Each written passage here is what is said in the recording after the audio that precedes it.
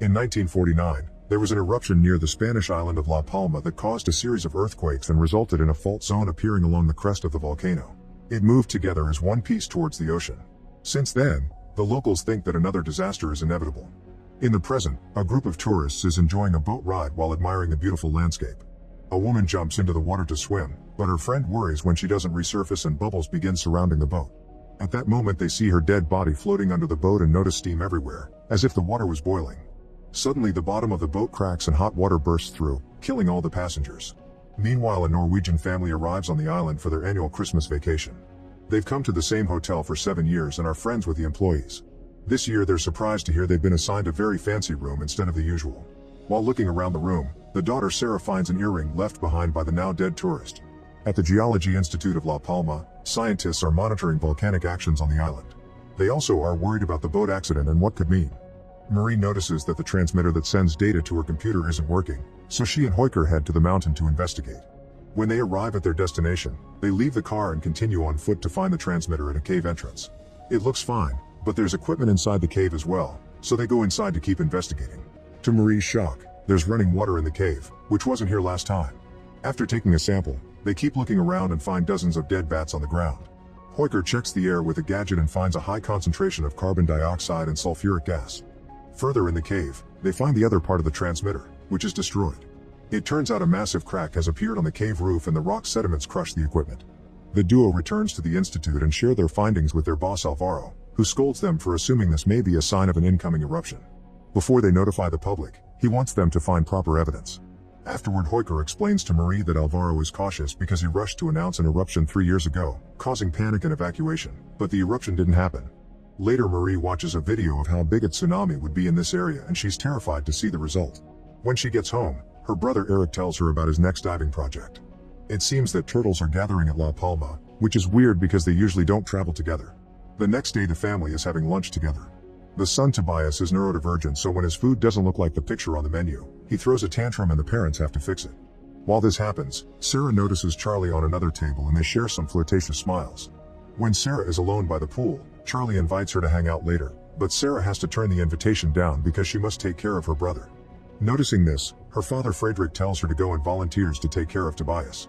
After Sarah leaves, Frederick gets distracted because he notices his wife Jennifer chatting with the employee who updated their room and appears to be interested in her. When Frederick turns around, Tobias is gone. He rushes to get Sarah, interrupting her meeting with Charlie before she can even say hi.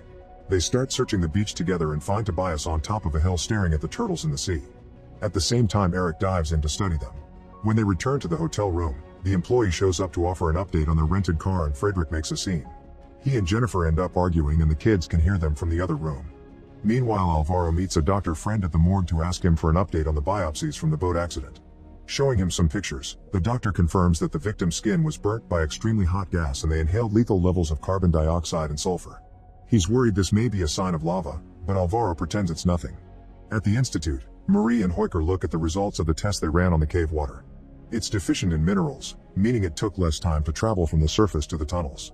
Marie theorizes that the crack might go all the way up to the top of the mountain. Hoyker checks the topography image, revealing that the crack is in the same place as the crack from the 1949 eruption. They decide to return to the mountain and after walking for a while, they're horrified to confirm that the crack does reach the mountaintop. Using special equipment, they begin taking measurements. At the hotel, Frederick notices slight tremors on the balcony. At the institute, Alvaro and his team get an alert on the monitor, warning them about a gas emission on the hill and a possible earthquake. After Alvaro tells his team to inform the civil guard, he gets a call from Marie to tell him about her discovery. At that moment the gas starts bursting out of the ground all around them, so the duo starts running. On their way back, they see a group of campers, so Marie stops to tell them to run too. She teaches them to pour some water on handkerchiefs and cover their faces as they run. The gas makes it hard to see, so Marie is accidentally separated from the rest of the group. Suddenly she trips and rolls on the ground until she passes out. Moments later, Marie is dreaming about drowning. When she finally wakes up, she finds herself in the hospital. Alvaro tells her that Hoyker inhaled a lot of gas, so he's in an induced coma, and the campers didn't survive. They start arguing because Alvaro still doesn't want to send an official warning, explaining that if they're wrong again people will stop believing them forever. Marie shares the time she was caught in a tsunami and lost her parents, which could have been prevented if they'd received the warning. She also calls Eric and tells him to leave the sea immediately. At the hotel, Sarah approaches Charlie and they finally get to chat. However, Sarah's mood drops when she sees Charlie with a guy, thinking it's her boyfriend. Friedrich and Jennifer are considering going for a ride to the mountains, but a man tells them the area has been closed down and that people died. He casually mentions the incident with Tobias too, which Jennifer didn't know about. When they return to the room, an argument ensues and the kids can hear them again. Friedrich calls out Jennifer because she hasn't been around lately and points out he knows Sarah better even though she's his stepdaughter. Getting upset, Jennifer hides in the bathroom and a crying Sarah sneaks out. The girl makes it to the city and calls her uncle Jens, who works at Norway's Foreign Affairs Ministry. When she asks for some money for a plane ticket so she can go home, Jens tries telling her it's a bad idea, so Sarah hangs up. Then Jens tries to call Jennifer, but her phone is silent because she's meditating. Sarah manages to get on a plane to Madrid and is surprised to get a text from Charlie. Later, Marie and Alvaro present their findings to the mayor, who is wary because it may be another false alarm. The duo doesn't give up and convinces her to get them a meeting with the government. Afterward, Marie tries to convince Eric to return to their home country, mentioning the tsunami. However, Eric thinks she's only trying to get rid of him and storms away. At the institute, the scientists notice an increase in the occurrence of tremors all over the island, which Alvaro thinks shows ash is being emitted to the surface. 3 stages indicate the possibility of a volcanic eruption, starting with the emission of gas, then ash, and finally lava. Data from the mountain shows that the crack is still expanding. In just a few minutes the data gets worse, so Alvaro tells his team to warn all the airports. Suddenly an ash eruption goes off and it's so big that everyone in the hotel can see it from afar. Employees tell tourists not to worry because it's just ash. Unfortunately, Sarah's plane receives the warning too late and it flies right into the cloud, causing its engines to catch on fire. At the hotel, Jennifer and Friedrich get a call from Jens, who tells them Sarah's plan. The couple thinks the flights must have been cancelled, but at that moment they see Sarah's plane fall and crash. Soon this incident is all over the news and the couple rushes to the local hospital, where rescuers are bringing all the survivors. They can't find Sarah anywhere and Jennifer starts freaking out at the nurses, so Friedrich has to drag her away. Meanwhile, the mayor gets Alvaro and his team a meeting with the government, who is skeptical about mere ash becoming an actual eruption, but after a long argument agrees to start preparations. Afterward, Alvaro tells his team to leave with their families, but he'll stay to monitor the situation. Marie hugs him in a heartful goodbye. When she gets home, Eric isn't around and he won't pick up the phone either. Moments later, an officer brings Jennifer and Friedrich the list of passengers and explains Sarah is missing along with all the people that were sitting at the front because that part of the plane exploded. The couple is sent back to the hotel until they get news, and when they arrive at their room, they're shocked to discover Sarah is already there waiting with Tobias. After spending some time with her family, Sarah goes to the pool and finds Charlie to tell her it was her text that made her get off the plane. Then the girls share a kiss. In the middle of the night, Marie receives a call from Eric and goes to the bar to pick him up. She finds the police arresting someone and rushes to help, thinking it's her brother. In the struggle, she accidentally hits a cop, so she gets arrested as well. Before the car takes off, she sees Eric at the bar and tells him to leave the island. In the morning, Eric visits Marie in prison. Seeing her so desperate last night made him finally believe her story, and he felt guilty for delaying her escape, so he chose to stay in order to leave together. Meanwhile, Jens receives a call from his superior to get all the staff back to the office. The team watches a simulation of the natural disaster that will destroy the Canary Islands, which could happen in just a couple of days or just a few hours. This is still confidential, so they must start planning the evacuation of any Norwegians vacationing on the islands in secret. At the hotel, Sarah wakes up next to Charlie and they share another kiss before Sarah goes back to her own room. As she cries, she finally tells her mother that she likes girls, and Jennifer showers her with support. Then the whole family has some fun in the pool together. The happy moment is interrupted by a call from Jens, who tells Jennifer about the tsunami. He explains that La Palma isn't a priority and the big ferries have been redirected to the bigger islands. Jens has found only a small ferry left that leaves in 20 minutes, so they need to hurry. The family rushes to pack only the necessities and Sarah tries to warn Charlie, but she doesn't find her in the room and there's no time left. Once outside, they can't find a taxi, so Friedrich steals a van. He drives as fast as he can, dodging people and cars on the street until they make it to the harbor. Unfortunately, the van owners follow them and grab Friedrich to start throwing him around. The rest of the family runs and boards the ferry, trying to convince the sailor not to leave yet. Friedrich gives money to the men to get them to leave and rushes to try to reunite with his family, but it's too late, the ferry is already gone. Then Sarah calls Charlie and tells her to leave the island, but before she can explain, she loses signal. At the institute, Alvaro's computers lose the signal from the transmitters and he immediately calls the government to tell them that tsunami is coming in a few hours. Soon the evacuation siren is wailing all over the island and people start panicking, not to mention the hospital has to be careful moving the survivors from the plane crash. Hoyker is woken up from his coma and can't believe what he's seeing. Everyone is trying to get a place on the last boats and Friedrich manages to get on one, thanks to the help of a hotel friend. At that moment, the volcano finally erupts, releasing a tremendous amount of lava. At the police station, Eric yells at a cop for not letting his sister out, but the officer insists she must wait for orders. Before the last boat leaves, Friedrich notices there's a desperate mother with a baby and decides to give them his spot, so now he's stuck on the island too. At the Institute, Heuker surprises Alvaro by refusing to leave. The duo decides to spend their last day of life by taking one last field trip. The media all over the world covers the incident, showing footage of the falling lava, the growing tsunami, and the evacuation efforts. Sarah calls Jens to tell him what happened, so he asks his boss for help. However, she gets angry at him for leaking confidential information. At the same time, a wave researcher offers to help the office figure out safe places for the people stuck on the island, but the director sends him off. Jens secretly calls him back and gives him a work desk. Around the island, people continue to run and panic, but Friedrich has given up. He calls his family but barely gets to share a few words of love before signal dies. At the police station, the cops finally run away in fear, so Eric takes the keys and frees Marie plus another prisoner. On their way out, they freeze when they see another explosion on top of the volcano. Friedrich overhears them talking and tells them there aren't any boats left, but Eric reveals he still has his diving one.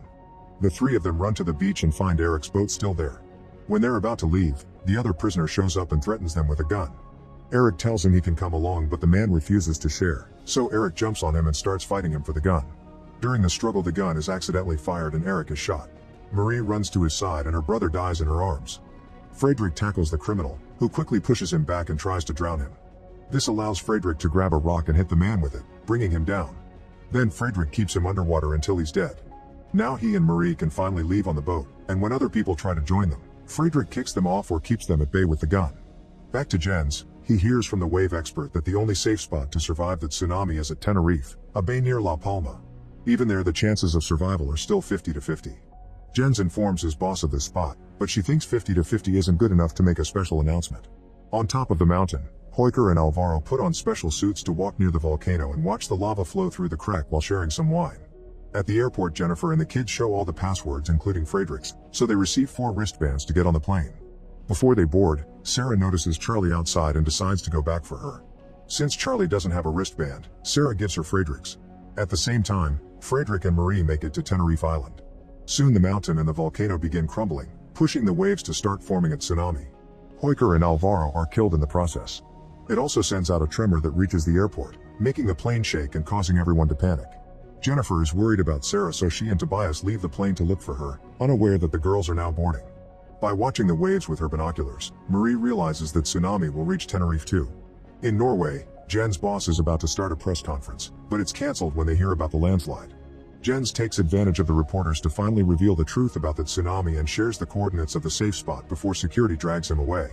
Soon Friedrich receives a text with the coordinates too, so he and Marie get back on the boat to try to reach the safe spot. At the airport, people in the last 2 planes panic because they can see the growing wave.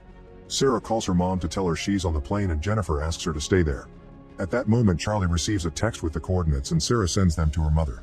Jennifer doesn't know how to read them, and when she's about to search on the internet, the service is shut down.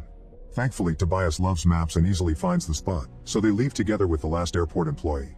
He has a van, so he volunteers to drive the few people stranded at the airport. During the ride, Tobias sees the huge tsunami and gets scared, so Jennifer tries to keep him distracted. On the boat, Marie and Friedrich work hard not to lose control since the water is getting harder to navigate by the second. To make matters worse, they lose signal on their phone, so they can't look at the map anymore. 2 huge waves crash behind them and they manage to dodge them at the last second. Soon the tsunami reaches the airport and the ground begins to crack, so the plane can't take off. It's immediately hit by the wave, which breaks the windows and floods the plane. Nearby, Jennifer's group has no choice but to leave the van on the road and run up the mountain. At the safe spot, Marie and Friedrich arrive and find a bunch of survivors hiding there. When the airport group also arrives, Friedrich is happy to reunite with his family until he realizes who is missing. In the plane, Sarah wakes up and is shocked to realize she's alive. Charlie is still unconscious, so Sarah lays her down on the floor and together with the stewardess, they do CPR until Charlie wakes up. The girls then step out of the plane and find the whole airport destroyed. The media covers the disaster, showing the destruction on the islands but also in West Africa and Southern Europe.